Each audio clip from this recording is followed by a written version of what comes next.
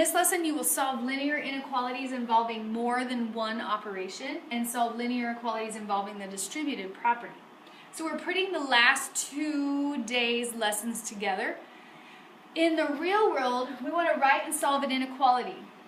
I need to earn a monthly salary of $2,000, plus I get a 10% commission on my sales. My goal is to make at least $4,000 per month. What sales do I need to meet my goal? So I need to start with a let statement. So I'm going to say let X be the number of dollars in sales that I need to make, or the number of sales. I guess I don't have to do dollars, just the number of sales. So I need to write some kind of statement. I know that $4,000 is at least what I want to make. So when we look at our sheet at what at least represents, I want to make $4,000 or greater. So I know that whatever I do has to be greater than or equal to $4,000, because I want to have $4,000 or more that I am making. I know that I make $2,000 plus I get a 10% commission on my sales, so that'd be 0.1x. So whatever my sales is, I'm going to get 10% of that and then add that $2,000 that I would normally get. So if I want to balance this, I have to look for any addition or subtraction, and I see this 2,000s being added, so I subtract that first. And then we have 0.01x, or excuse me, 0.1x is greater than or equal to 2,000. To get this x by itself, I divide now by 0.1. And so we have x is greater than or equal to, if I did my math right here, 20,000, just to double check. So in the real world, when you answer this question, what you're going to say is, I have to sell $20,000 to at least make my goal. So $20,000 or more to at least make my goal. You try the real world example in your notes. Now our example next is when we have a variable and we have to get this variable by itself. I see subtraction here and I start with any addition or subtraction. So I'm going to add 13 to both sides. I have negative 11y is greater than 42 plus 13 would be 55. I want to get y by itself. It's multiplied by negative 11, so I would divide by negative 11. Remember our lesson before, when we divide by negative, we flip this symbol, so it has to go the other direction. 55 divided by negative 11 would be negative 5. Just like the last couple lessons, we put it in set notation when we are done. You try the real world, or excuse me, the example in your notes. Now we're going to write an inequality. I'm going to have a let statement for let x equal a number.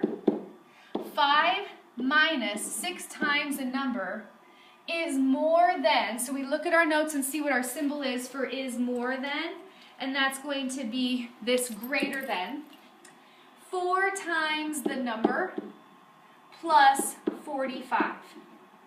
Now that I have an expression written, I can try to solve it. My goal is to get the variables together. So I'm going to subtract 4x first. So I have 5 minus 10x is greater than 45. Now I want to get this variable by itself, so I take away this 5. I have negative 10x is greater than 40. I want to get the variable by itself, so I divide by negative 10, and I get x is, flip it, because I divided by a negative 4. So I would put it into set notation, x is less than negative 4. You try the example in your notes of writing the inequality. Now what about distributed property? We are going to use the same rule that we did when we balanced equations. We're going to expand first, or distribute first. So this is 12t minus 20 plus 7 is greater than or equal to 8t plus 3. Now we have to do what I call pack your bow. It's just collecting like terms. So on this side I can put these numbers together. So it's 12t minus 13, and then I just rewrite. I want to get my variables all on one side, so I subtract 8t. So that's 4t minus 13 greater than or equal to 3. I want to now get my number to the other side, so I add 13, and I get 4t is greater than or equal to 16. I want to get the t by itself, so I divide by 4, and I get t is greater than or equal to 4. I put it into set notation. You try the distributive property example in your notes. Now, we might have a situation where we get an empty set or an all solution. So let me show you what that would look like. In this example, we do need to expand or distribute that negative 5 first. So it's 9t minus 5t plus 25 is less than or equal to, distribute this, 4t minus 12. As you can see, this is going to simplify. I have 4t plus 25 less than or equal to 4t minus 12. This is a clue right now. I have a common variable, so that tells me that whatever is left behind is what I need to look at, and 25 is less than or equal to negative 12 is not a true statement. Let me take it a little bit further so you can understand what I'm saying. I'm going to subtract the 4 t's, and I literally have 25 is less than or equal to negative 12. That is not true. 25 is greater than negative 12. So because that is a false statement, this is what we call an empty set. If you ended up with a true statement and the variable is gone, that's what you would call an all solution, which looks like an infinity symbol, which means all solutions are possible. You try the example in your notes. Here's an all solution example. 4 times 3m is 12m plus 18 is less than or equal to 42 plus 12m minus 24.